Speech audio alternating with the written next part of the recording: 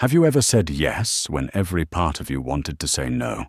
Or agreed to something just to keep the peace, even though it left you feeling drained, resentful, or invisible? That's what happens when we don't have clear boundaries. Boundaries aren't about being cold, selfish, or pushing people away. They're about teaching others how to treat us, and just as importantly, teaching ourselves what we will and won't allow. When you don't set boundaries, your time, your energy, and even your self-worth can slowly be chipped away. You might find yourself exhausted, overcommitted, or constantly putting other people's needs above your own. But here's the truth. Healthy boundaries are an act of self-respect. They give you the freedom to say yes to the things that truly matter and no to the things that don't. They're the foundation of balanced relationships, inner peace, and even productivity. In this video, I'll walk you through 5 practical steps you can start using right now to set clear, healthy boundaries, without guilt and without drama. Step 1.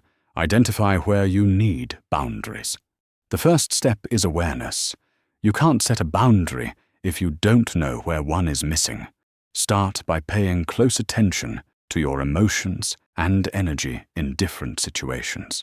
Ask yourself, where do I feel resentful? Where do I feel drained or taken for granted? Where do I feel like I'm saying yes, but deep down I want to say no? These emotions are signals, almost like warning lights on your dashboard, telling you that something is off. For example, maybe you notice that every time a co-worker asks for help at the last minute, you feel stressed but agree anyway. Or perhaps a friend constantly calls late at night, and you pick up even though you'd rather be resting. Instead of ignoring these feelings, treat them as clues.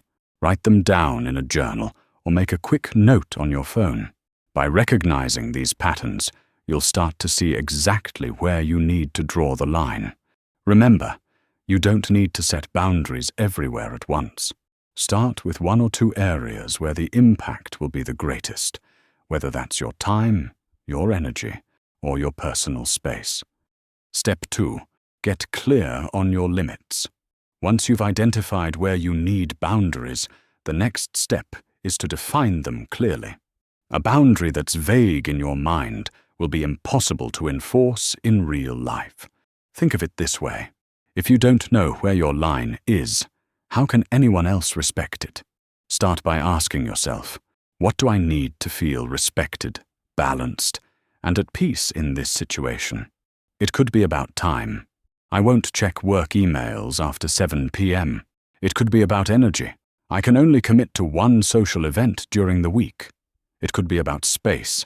I need an hour alone after I get home before I'm ready to talk.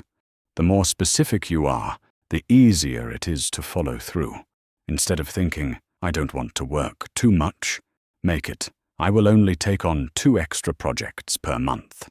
Instead of, I want more space, say, I won't answer messages during dinner. Writing these down can be powerful. It makes your boundaries feel real and non-negotiable, not just passing thoughts. This clarity is what will give you confidence when it's time to communicate your needs. Step 3. Communicate directly and calmly. A boundary only works if you share it. People can't respect limits they don't know exist. This is where many of us struggle. We either stay silent, hoping others will just know, or we wait until we're so frustrated that we explode. The key is to communicate early, directly, and calmly. Instead of blaming or criticizing, focus on your needs. Use I statements. For example, instead of, you're always interrupting me, say, I need to finish what I'm saying before you respond. Or, instead of, you don't respect my time, say, I'm available until 6 p.m. After that, I won't be able to respond. Simple, clear, and respectful. No over-explaining. No apologizing for having needs. Here's a tip. Practice saying your boundary out loud to yourself before you say it to others. This helps you sound more confident and reduces the chance you'll water it down in the moment. Remember, calm delivery is powerful. If you communicate with guilt or anger, people will focus on your tone rather than your message. But when you speak with clarity and respect, you give others the best chance to understand and honor your limits. Before we continue, please take a moment to like this video. Your support helps more people discover these ideas. And if you're enjoying this journey into the mysteries of the mind, make sure to subscribe so you don't miss what's coming next. Now, back to the video. Step 4. Follow through consistently. Setting a boundary is only half the work. The real test comes in enforcing it. If you set a rule but break it the moment someone pushes back, the boundary disappears, and people learn that they don't need to take it seriously. Consistency is what gives your boundaries strength. Let's say you've decided you won't answer work messages after 7 p.m. The first time a colleague texts you at 9, it might feel easier to just respond and keep the peace. But if you do, you've taught them that your boundary is flexible, and they'll likely push it again. Instead, hold firm. Don't respond until the next morning. Over time, people will learn. When she says she's unavailable, she really means it. This doesn't mean you need to be harsh. You can be polite but firm. For example, I'll get back to you tomorrow during work hours. I can't take this on right now, but I appreciate you thinking of me. At first, it might feel uncomfortable, especially if you're used to always saying yes. But with practice, consistency becomes empowering. Each time you stick to your boundary, you strengthen your self-respect, and you teach others to respect you too. Think of it like training.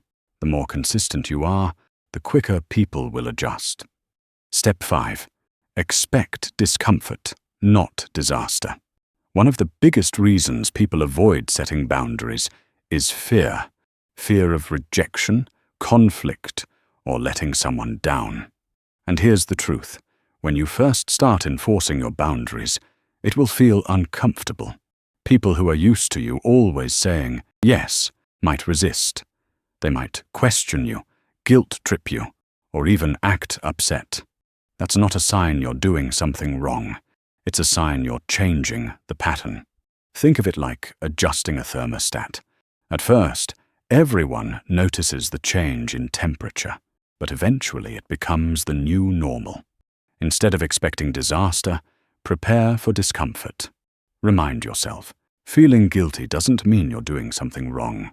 Someone else being disappointed doesn't mean you failed them. Their reaction belongs to them. You are simply honoring your own needs. Over time, the discomfort fades, and what replaces it is respect, both self-respect and respect from others. The relationships that matter will grow stronger because they'll be built on honesty instead of silent resentment. Boundaries might shake things up at first, but in the long run, they create healthier connections and more peace in your own life. Boundaries aren't about building walls. They're about building respect. They allow you to protect your energy, honor your needs, and create space for healthier, more balanced relationships. The truth is, setting boundaries is an act of self-love. It's how you say to the world, my time, my energy, and my well-being matter. And the more you practice, the more natural and empowering it becomes. So ask yourself, what's one boundary you're ready to set today?